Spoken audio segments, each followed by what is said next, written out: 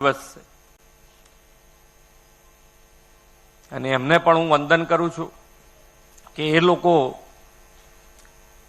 કદાચ અહીંયા બેઠેલા બધા મારા સુધી અહીંયા કીધું કે ભાઈ સામે બેઠેલા કાર્યકર્તાઓ દુર્લભ છે એમ નહીં, અમે પણ અહીંયા કાર્યકર્તા જ છીએ ભાઈ.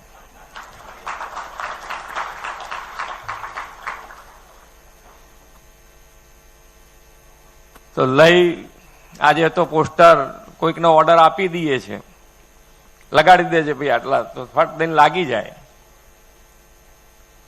અહીંયા બધા હસે છે કેમ કે લઈનું પેલું તપેલું લઈને જાય અને પછી લગાડતા હતા. એટલે એ આનંદ જુદો હતો. એમ પાછું નાસ્તાના પૈસા ના હોય એટલે પાછું કોકના ઘેરથી બમરા બમરા વઘારાવડાયા હોય એકાદ જણને ત્યાંથી. હા, સિંગ દાળિયા છે. પણ એટલે એ રાતના સમયે કોઈકના ઘેરથી લાવે એમ, અને ત્યારે 3-4-5 જણા જે કામ કરતા હોય એ ખાય આરામથી. રાત્રે 2 વાગે લગાડે. હવે એ પરિસ્થિતિ ને આજની પરિસ્થિતિ આપણે ફેસિલિટી ભોગવીએ, બધી ફેસિલિટી ભોગવવાની ના નથી. આપણી પરિસ્થિતિ જેમ જેમ દિવસ બદલાય ને આપણી પરિસ્થિતિ બદલાય તો આપણે આજે બધું જ ભોગવવાની છૂટ છે. પણ જ્યારે કઈ વસ્તુ ના મળે ત્યારે જે હોહા કરી મૂકીએ એવું ના થવું જોઈએ. એ આપણી જે મુખાધારા છે. વિકાસની રાજનીતિ માન્ય વડાપ્રધાન શ્રીએ અહીંયા ગુજરાતમાંથી શરૂ કરી અને વિકાસની રાજનીતિમાં દરેક જણ પરોવાવું જ પડ્યું. જુઓ તમે, એમની આ વિકાસની રાજનીતિમાં દરેકે દરેક રાજ્ય પરોવાવું જ પડ્યું છે. જેમ જેમ બધાને ખબર પડતી જાય છે કે લોકો ખોટા વાયદા કરીને કશું કરતા નથી, માન્ય વડાપ્રધાન શ્રી ઉપર આખા દેશનો ભરોસો કેમ વધ્યો? તો જેટલું એમણે ગુજરાતમાં બોલ્યા એટલું જમીન ઉપર ઉતારીને બતાડ્યું અને એના કારણે આજે વિશ્વાસ વધતો ગયો છે. જેટલું બોલવું એટલું કરવું અને કરવું એટલું જ બોલવું. નહીતર હવે તો પાછું ઇલેક્ટ્રોનિક્સ નો જમાનો છે, ફરીથી રિપ્લે કરે બેઠા. એટલે ધ્યાન રાખીને બોલવું પડે. પણ વિકાસની રાજનીતિમાં અહીંયા બેઠેલા ગુજરાતમાં દરેક જણ જુઓ તમે કે ગુજરાતની પરિસ્થિતિ શું હતી. અને જે બૂમો પાડે છે એને તો શું છે કે આપણામાંથી ખામીઓ શોધવાની છે, ખામીઓ શોધીને એને આગળ કરવાનું છે. અને ખામીઓ કેવી રીતે થાય? કામ કરીએ તો ખામી થવાની છે ને. કામ જ ના કરે શું ખામી થાય? એ લોકોની ખામી ના હોય કારણ કે એ લોકો કામ જ નથી કરવાનું. તો આપણી કમી લઈને એ લોકો દોડે. પણ જે વિકાસની રાજનીતિ કહીએ તો શું છે?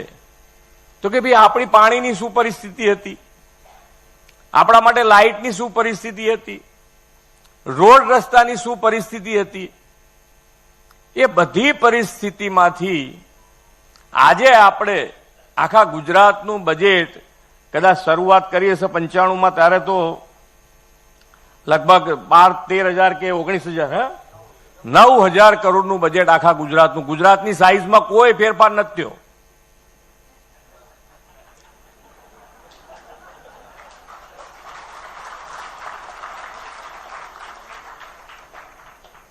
અને આજે 4,08,000 કરોડનું બજેટ છે આપણું.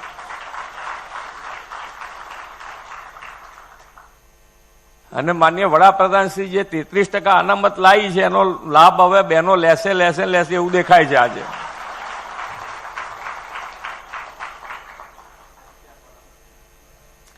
અત્યારે તો ગુજરાતમાં ઇલેક્શનનો માહોલ છે એટલે તમારી સક્રિયતા વ્યાજબી છે.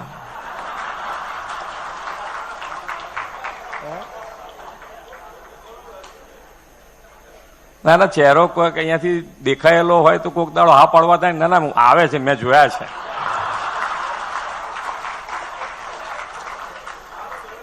હે દરેક વખતે આવે છે. હા, એ તો આપણે બધાને પ્રેક્ટિસ હોય ને, આપણે બધા ભણેલા ગણેલા છીએ. એ તો કોંગ્રેસના પ્રમુખને ખબર નથી, અમે બધા ભણેલા ગણેલા છે. અમે કેટલાય જણની હાજરી પુરાઈ દીધી છે કોલેજમાં આપણે કેટલાય જણની ભાઈબંધની હાજરી પુરાઈ દીધી છે. હમણાં જ નીચે ગયો છે પૂરો. એકબીજાનું હાચવીએ. ભલે કોક દાડો પ્રમુખમાં નામ આપણું ના આવ્યું ને પછી ઝઘડીએ, વસ્તુ જુદી છે.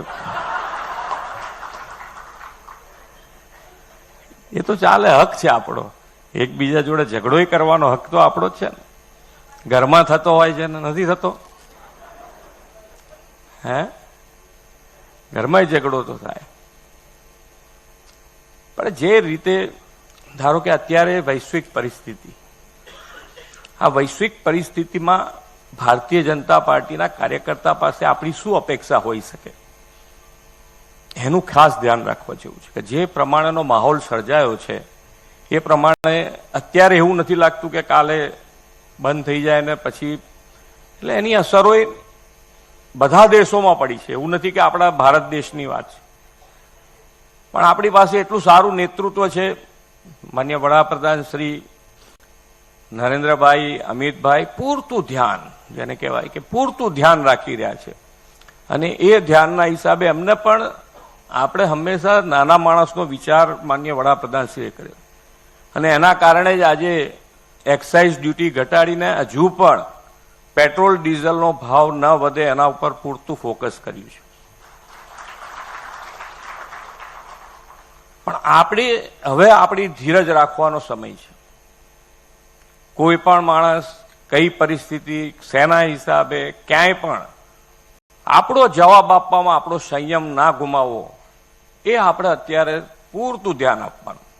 કારણ કે કોઈ અફવા ફેલાઈને આપણને ડિસ્ટર્બ કરે. અત્યારે બીજું કંઈ ના ફાવે તો આ કચ્છ કરે. એમને એ ખબર નથી કે ભાઈ આ સમય એવો નથી કે જેમાં રાજકારણ થાય. પણ છતાંય રાજકારણના મગજમાં તો એમ જ છે કે ભાઈ અમારે તો ગમે તેમ કરો. એક વખત મને બધા આપણા વિપક્ષના બધા ધારાસભ્યો મને મળવા આવ્યા. મને કહે કે અમને સરકાર તરફથી હેરાનગતિ થાય છે, આ તે છે. મેં કીધું ઠીક છે.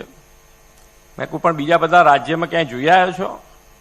તમારું સ્ટેટ છે ત્યાં ભાજપને કેટલા હેરાન કરો તમે જોઈ આવ્યા છો ખરા?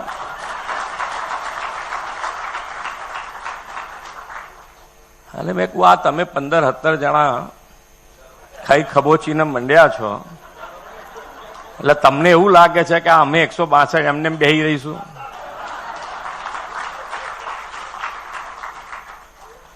અને સરકાર તો સરકાર જ રે. સરકાર રે. ભૂપેન્દ્રભાઈની તાકાત ખમવાની વધારે હોય તો 2 ઝટકા વધારે ખાધા પછી સરકાર થાય. પણ સરકાર તો સરકાર જ હોય, પછી એમાં આગુ પાછું કઈ ના ચાલે, એ તો પાડી જ દે પછી. એટલે હવે જે પ્રમાણે ભારત દેશ અને ભારત દેશનું ગૌરવ વિશ્વમાં વધ્યું છે, અને એ પરિસ્થિતિમાં કોને ક્યાં આગાડી શું પેટમાં દુખતું હોય આપણને ખબર હોય નહીં. એટલે મોટા દેશની જે પરિસ્થિતિ છે એના કરતા આપણે જે કહીએ ને કે મોદી સાહેબ છે તો મુમકિન છે, નહીતર આપણે અત્યારે દોડધામ કરાવી નાખે. પણ ખૂબ સારી પરિસ્થિતિ છે અત્યારે. ગુજરાતમાં પણ અમે રેગ્યુલર મોનિટરિંગ કરીએ છીએ. અનાજથી માંડીને, લાઇટથી માંડીને, પાણીથી માંડીને, પેટ્રોલ, ડીઝલ, ગેસના બાટલા સુધીનું પૂરેપૂરું મોનિટરિંગ થાય છે. અને અત્યારે ક્યાંય તકલીફ નથી.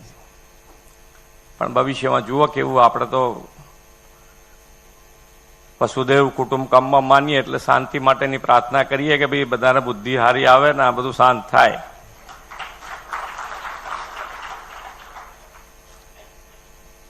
અને ભારતીય જનતા પાર્ટીનું જે વટવૃક્ષ બન્યું છે, અને વટવૃક્ષમાં અહીંયાથી કીધું એમ કે ભાઈ આજે બૂથનો કાર્યકર્તા એ કોઈ પણ હોદ્દાને દાવેદાર છે. અને લોકશાહી પદ્ધતિથી જો કોઈ પાર્ટી ચાલતી હોય તો એ ભારતીય જનતા પાર્ટી ચાલે. ઘણી વખત આપણું ધારેલું ના થાય તારા આપણને એમ લાગે કે આ લોકો ભલે કહીએ કે પણ એ તો આપણું સાંભળે નહીં, તો એમનું જ ચલાવે, એમના જોડે હોય એને જ આપે. કેમ ટિકિટ એવું થાય ને, ટિકિટ આપી દે, હોદ્દો આપી દે, તારે એવું થાય ઘણી વખત. પણ આપણે બધા એક કેમ છીએ તો કે ભાઈ તમને હોદ્દો ધારો કે મને મળ્યો, આપણે બીજા કોઈ નામ દઈએ તો પાછા એકબીજાની હામું જુએ. એના કરતા મારી હામું એ જુએ તમે બધા, મારું નામ દઉં તો કે ભાઈ મને હોદ્દો મળી ગયો, પછી મારો વ્યવહાર કેવો છે કે ભાઈ સીએમ થઈ ગયા, કાલ સુધી તો જોડે બેસતા હતા, આજે 2-2 કલાક બહાર બેહાડી રાખે છે, એ બધું નડે. એ વ્યવહાર ન હોવો જોઈએ કે ભાઈ આપણો કાર્યકર્તા આવ્યો છે, આપણો ધારાસભ્ય આવ્યો છે, જિલ્લા પંચાયતનો પ્રમુખ આવ્યા છે, તો એને એની સિસ્ટમ પ્રમાણે, ટાઈમ પ્રમાણે એને મળી લેવું. આપણો વ્યવહાર, આપણું જે બોલવાનું, જવાબ આપવાની પદ્ધતિ એ એટલી સારી હોય તો પછી તમને 2 દાડા પછી એમ થાય કે ભલે ભૂપેન્દ્રભાઈ સીએમ બનાય પણ સારું છે, આપણને બોલાય તો લે.